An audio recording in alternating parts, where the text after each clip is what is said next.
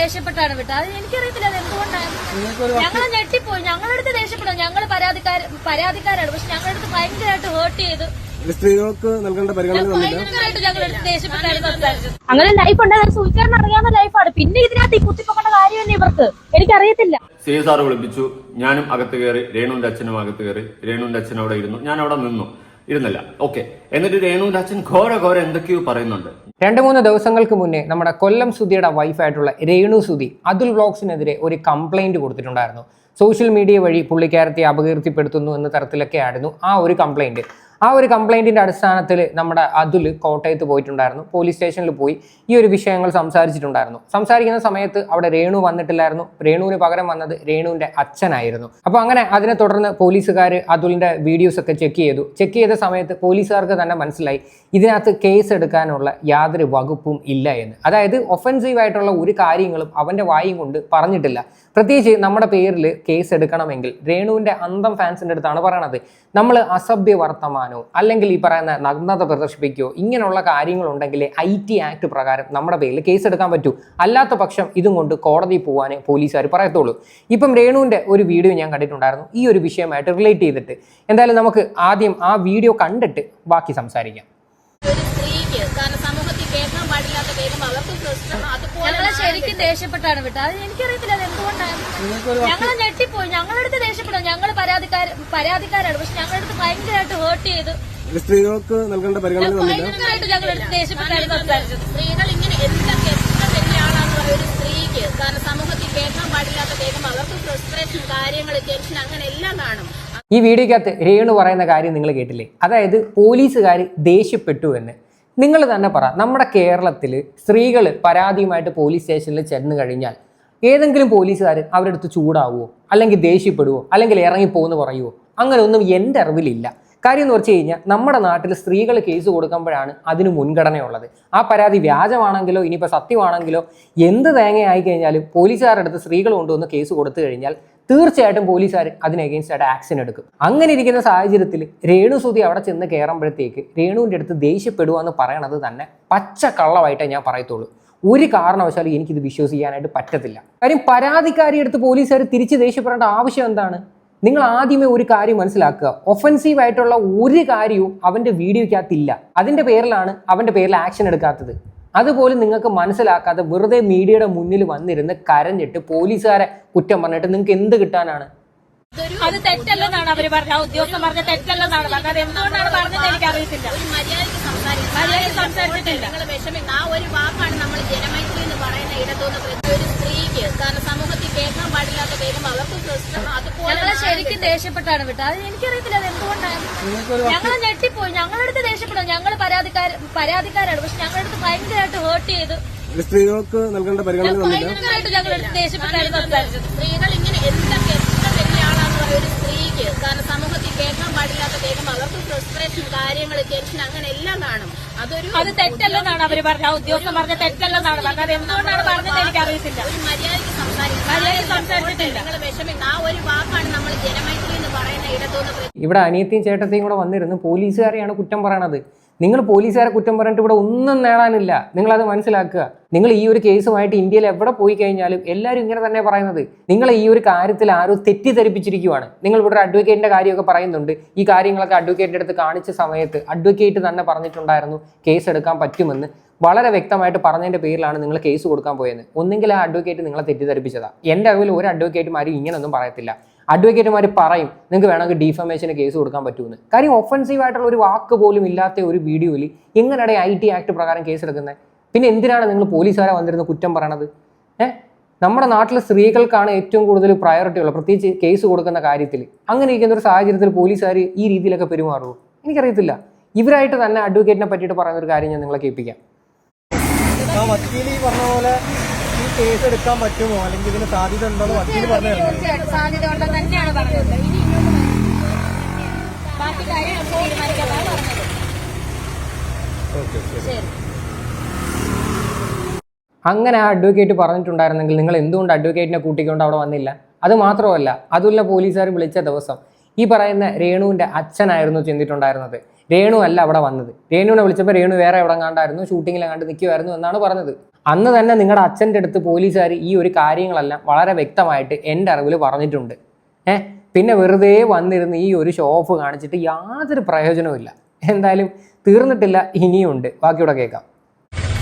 ഇവിടെ അത് തീർക്കാൻ പറ്റത്തില്ല, കോടതി തീർക്കാണ് ഇവരും പറഞ്ഞു. അങ്ങനെ തന്നെ കോടതി തീർക്കട്ടെ. അപ്പൊ പോലീസ് സ്റ്റേഷനിൽ നമുക്ക് വേണ്ട ഒരു നീതി കിട്ടിയിട്ടില്ല. ഞങ്ങളെ ചാടിച്ചു വിടുവായിരുന്നു തന്നെ പോവുക. ഒരു രണ്ട് പെണ്ണുങ്ങളെന്നുള്ള ഇതുപോലെ തന്നെ ഞങ്ങളെ ദേഷ്യപ്പെട്ട് ചാടിച്ചു വിടുവായിരുന്നു. എന്ത് അക്രമവും നടത്താൻ എന്ത് വേണ്ടി ശ്രമിക്കാം. കാരണം ഞാനൊന്നും അന്നും പോകുന്ന ഒരു വ്യക്തിയല്ല. എന്റെ ഫോട്ടോ അതിനകത്ത് വൾഗറില്ലെന്ന് ഇവിടുത്തെ സാറ് ചെയ്ത ചാറ്റ് വീഡിയോ കോൾ എന്നും പറഞ്ഞ് അവന്റെ ഓൺലൈൻ മീഡിയ വഴി പ്രചരിപ്പിച്ചേക്കുക. എനിക്ക് അവനുമായിട്ട് ഒരു ബന്ധവുമില്ല. അവന്റെ ഒരു മെസ്സേജ് എന്റെ ഒരു വാട്സപ്പിലോ മെസ്സഞ്ചറിലോ ഒന്നും വന്നിട്ടില്ല. ഇവർ പറയുന്നതെന്ന് വെച്ച് കഴിഞ്ഞാൽ അതുലിനെ ഇവർ ജീവിതത്തിൽ വിളിച്ചിട്ടില്ല, സംസാരിച്ചിട്ടില്ല, ഇൻസ്റ്റാഗ്രാമിൽ ഒരു മെസ്സേജ് പോലും അയച്ചിട്ടില്ല. ഇതൊക്കെ അവൻ വ്യാജമായിട്ട് പ്രചരിപ്പിച്ചു എന്നുള്ള രീതിയിലാണ് ഇവർ വന്നിരുന്ന് സംസാരിക്കുന്നത്. ഇനി പിന്നെ കോർട്ടിൽ പോകും എടുക്കും എന്നൊക്കെ പറയുന്നുണ്ട്. അതെങ്ങോട്ടോ പൊക്കോ.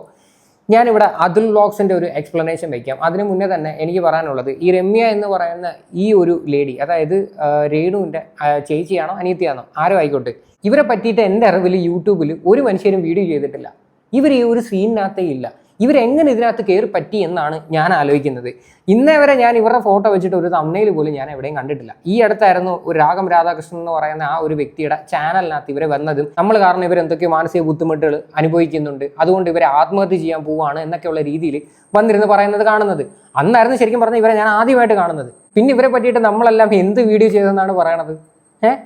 എനിക്ക് മനസ്സിലാവുന്നില്ല. എന്തായാലും പോലീസ് സ്റ്റേഷനിൽ നടന്നൊരു കാര്യം അതിൽ എക്സ്പ്ലെയിൻ ചെയ്യുന്നുണ്ട്, അത് നമുക്കൊന്ന് കാണാം. ആളിനെ തന്നെ കാണിച്ചാ ഞമ്മ ഓക്കെ. സി എസ് ആർ വിളിപ്പിച്ചു, ഞാനും അകത്ത് കയറി, രേണുവിന്റെ അച്ഛനും അകത്ത് കയറി. രേണുവിന്റെ അച്ഛൻ അവിടെ ഇരുന്നു, ഞാൻ അവിടെ ഇരുന്നില്ല. ഓക്കെ. എന്നിട്ട് രേണുവിന്റെ അച്ഛൻ ഘോര എന്തൊക്കെയോ പറയുന്നുണ്ട്. ഞാൻ എന്താണ് എന്റെ ഭാഗം ക്ലിയർ ചെയ്ത്, കോടികൾ തട്ടിപ്പ് നടത്തിയ വ്യാജ ബിഷപ്പിന്റെ കൈക്കാരനായിരുന്ന കേസും അതുപോലെ തന്നെ കൊല്ലം സുധി എന്ന് പറയുന്ന വ്യക്തി, ഹിന്ദുവായിരുന്ന വ്യക്തിയെ ക്രിസ്ത്യൻ ആചാരപ്രകാരം വ്യാജ ബിഷപ്പ് അടക്കം ചെയ്ത ആ ഒരു കാര്യങ്ങളൊക്കെ ആയിട്ട് ഞാൻ അവിടെ എനിക്ക് പറയാനുള്ള സൈഡ്, ഞാൻ ഇവരെ ആരെയും മോശമായിട്ട് പറഞ്ഞിട്ടില്ല, ഇവരാരെയും മോശമായിട്ട് ഒരു വർത്തമാനം പറഞ്ഞിട്ടില്ല.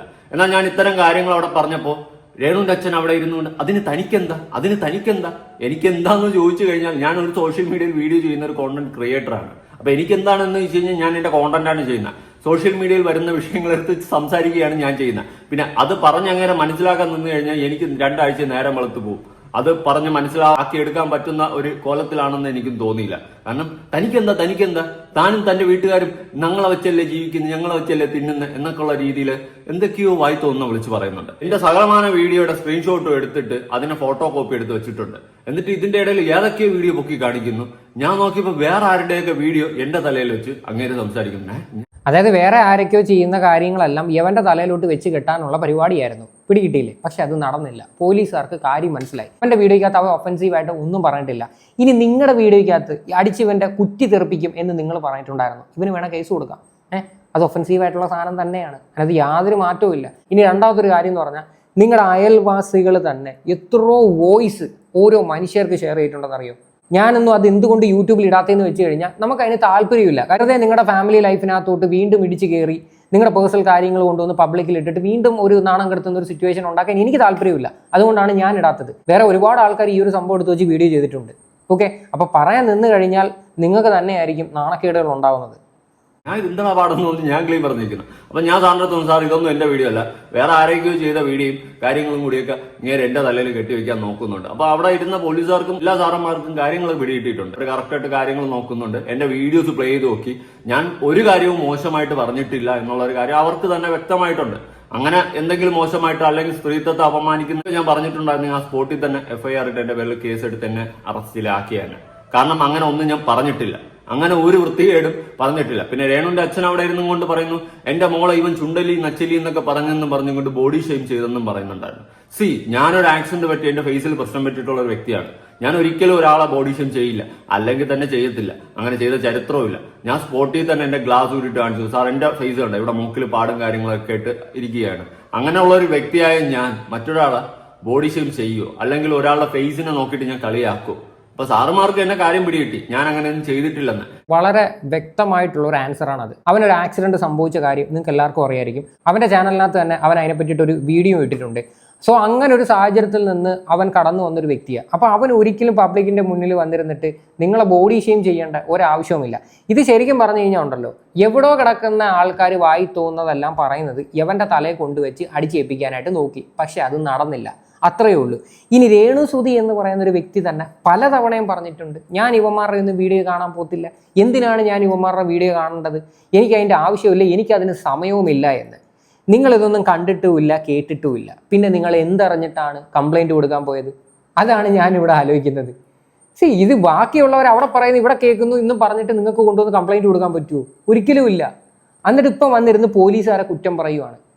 ആ പോലീസ് സ്റ്റേഷനിലുള്ള ഒരു മനുഷ്യരെയും കുറ്റം പറഞ്ഞിട്ട് യാതൊരു പ്രയോജനവും ഇല്ല. ആ കാര്യം ആ പോലീസുകാർക്ക് കാര്യങ്ങൾ കൃത്യമായി മനസ്സിലാക്കിയതിൻ്റെ പേരിലാണ് അവർ രേണുവിൻ്റെ അടുത്ത് പറഞ്ഞത് ഇത് കേസെടുക്കാനുള്ള ഒരു വകുപ്പും ഇല്ല, അത് അഭിപ്രായ സ്വാതന്ത്ര്യം എന്ന് പറയുന്ന ഒരു കാര്യം നമ്മുടെ നാട്ടിലുണ്ട് എന്ന്. അങ്ങനെ തന്നെയാണ് പോലീസുകാർ പറഞ്ഞത്. ഇതിന് ഞങ്ങളെ ചാടിച്ചു വിട്ടു, ഞങ്ങളടുത്ത് ദേഷ്യപ്പെട്ടു എന്ന് വന്നിരുന്ന് ഡയലോഗ് അടിച്ചിട്ട് ഇവിടെ ഒരു പ്രയോജനവും ഇല്ല, ഒന്നും ഇവിടെ ഏക്കാൻ പോകുന്നില്ല. ഓക്കെ, ഇനി നിങ്ങൾ പറഞ്ഞേക്കുന്ന വേറെ കുറച്ച് കാര്യങ്ങളും കൂടി നമുക്ക് കാണാം. ഞാൻ 10 കെട്ടിയാലും 12 കെട്ടിയാലും ഇവന്മാർക്ക് എന്നതിന് എന്റെ മരിച്ചുപോയ എന്റെ സുധിച്ചേട്ടനും ഇല്ല പ്രശ്നം, ഇനിയിപ്പോ ഈ പറഞ്ഞ ആരോപണത്തിലുള്ള ആർക്കും പ്രശ്നമില്ല, ആർക്കും പ്രശ്നമില്ല. പിന്നെ ഇത് കുത്തിപ്പൊക്കാൻ ഇവനാരാ? CBI-യോ എന്റെ പുറകെ നടക്കാൻ? ഇവനെ ആരും ഏൽപ്പിച്ചിട്ടുണ്ടോ എന്റെ പുറകെ? ഇതാണ് ആവിഷ്കാര സ്വാതന്ത്ര്യം. ഒരു പോലീസ് പിടിക്കൊണ്ട് ബ്ലോഗറാന്ന് പറഞ്ഞ് എന്റെ പുറകെ എന്തിനാണ് ഇവ നടക്കുന്നത്? എന്തായാലും ഇത് ഈ പോലീസ് സ്റ്റേഷനിൽ ചെന്നപ്പോ ഇതാണ് ഞങ്ങൾക്ക് കിട്ടിയത്. ഞങ്ങളോട് പറഞ്ഞു പറ്റത്തില്ല എന്നാലും നിങ്ങൾ കെട്ടിയോ കെട്ടാതിരിക്കുകയോ അത് നിങ്ങളുടെ പേഴ്സണൽ കാര്യമാണ്.